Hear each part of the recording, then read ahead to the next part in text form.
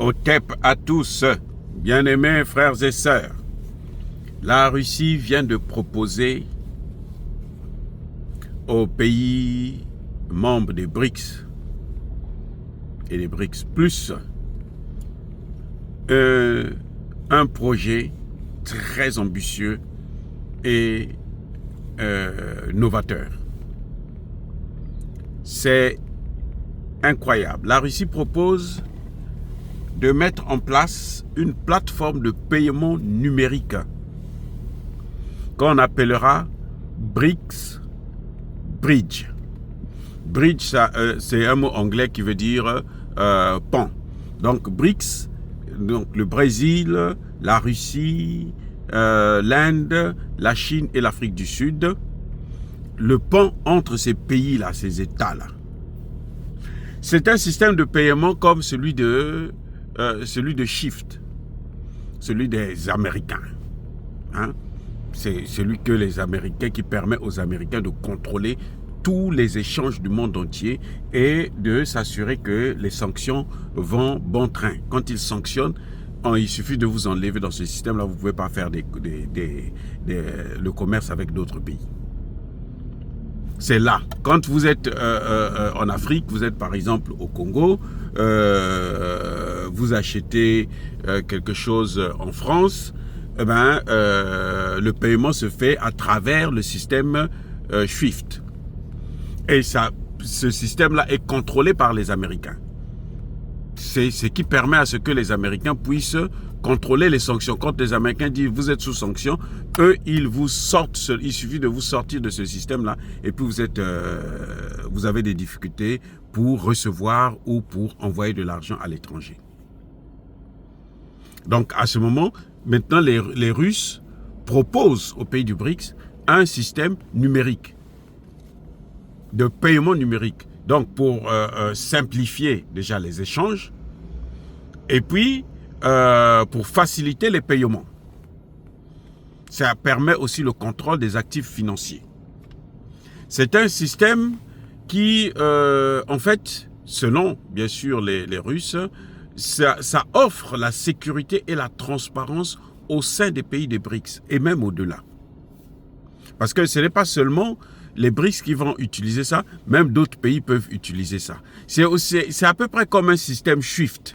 C'est à peu près le même système, mais celui-ci, c'est maintenant celui des Russes et des pays BRICS, des BRICS, et c'est ce qui permettra à ce qu'entre eux, ils puissent faire des échanges sans avoir besoin d'utiliser le système SWIFT. Donc, c'est une façon de contourner aussi le système américain.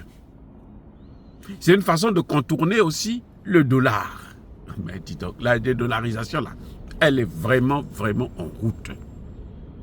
Ça simplifie, comme je disais, les échanges, mais c'est une menace. C'est une menace pour le G7. Parce que là, ils vont faire des échanges au sein des BRICS et avec d'autres pays sans utiliser non seulement le dollar, mais aussi l'euro. Toutes ces monnaies-là seront caduques maintenant. Le BRICS, le BRICS Bridge n'est pas une monnaie unique. Non, c'est un système numérique seulement.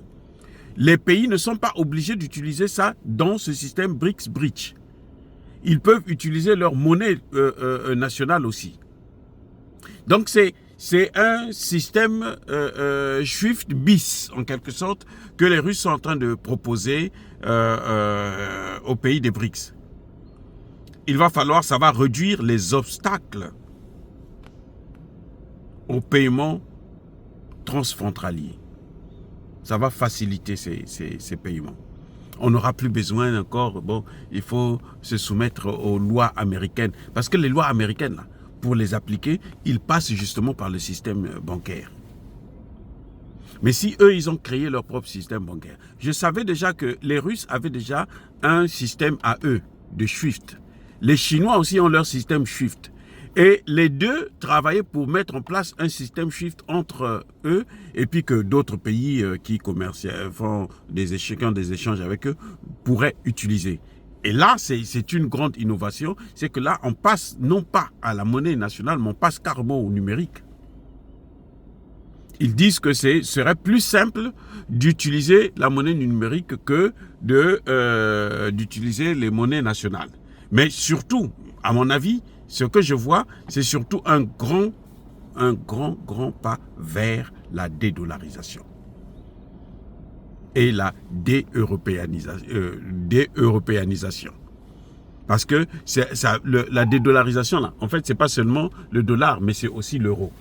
Ce sont les deux monnaies qui vont carrément payer le prix, quoi. Et ça, c'est la dernière innovation que le ministre de l'économie et des finances russe a présentée aux pays des BRICS. On va voir qu'est-ce que ça va donner la suite. Les Américains, eux aussi, déjà travaillent sur leur système numérique pour qu'ils puissent sortir du dollar pour aller vers le numérique, pour contourner. Chez eux, c'est pour contourner. Hein. Ils ont compris qu'il y a la dédollarisation qui est en train de venir à grand V. Donc, ils se disent que le numérique pourra contourner le système de dédollarisation qui est en train d'être mis en place par beaucoup de pays et notamment par la Russie et la Chine et même l'Inde. Donc, pour contourner ça, pour éviter que ça puisse amortir le choc, hein, pour amortir le choc, éviter que ça puisse vraiment faire beaucoup du mal à l'Amérique, ils sont en train de mettre leur monnaie numérique. Et les Russes sont tellement en avance que eux aussi, ils rentrent dans leur numérique pour ne pas dépendre du numérique des Américains. Vous voyez là où il y a le génie maintenant de l'homme, le génie des hommes, le génie du côté des BRICS. C'est-à-dire que la guerre est asymétrique. Ils sont en train de mener cette guerre, mais alors d'une manière incroyable. Vous vous rendez compte, les Américains créent le numérique. Et ils se disent qu'avec le numérique, nous allons contourner donc la dédollarisation. Les Russes créent leur propre numérique. Et ils lancent le numérique avec les pays du BRICS. Et de plus en plus, beaucoup de pays du monde sont en train d'adhérer aux BRICS. Ils ont fait la demande. Y compris le Cameroun. Le Cameroun, le dossier est même très avancé déjà. Y compris la RDC. Et donc, vraiment, ça dit que les pays qui sont en dehors, ce sont des pays comme le Kenya, la Côte d'Ivoire, comme vous le savez, avec la politique de Alassane Ouattara, qui veut toujours être le vassal de ces Occidentaux. Mais sinon, les pays où il y a des gens qui réfléchissent, qui ont la tête, ils savent que mais là-bas, c'est terminé. Le règne de l'Occident est terminé. Sur le plan d'abord militaire, sur le plan économique, et maintenant, ça est en train de venir sur le plan monétaire, financier et monétaire. Là même, le CFA là, va disparaître seul pour les pays qui vont adhérer à ce système-là. C'est incroyable. Incroyable. Donc, tout ce que les Américains sont en train de faire actuellement est contrecarré par la Russie et par la Chine, à travers notamment des BRICS qui sont en train de s'agrandir encore plus. Et les BRICS sont en train de s'affirmer comme étant une institution internationale alternative à tout ce que le monde a déjà créé, qui est en train de montrer ses limites et les échecs de la mondialisation.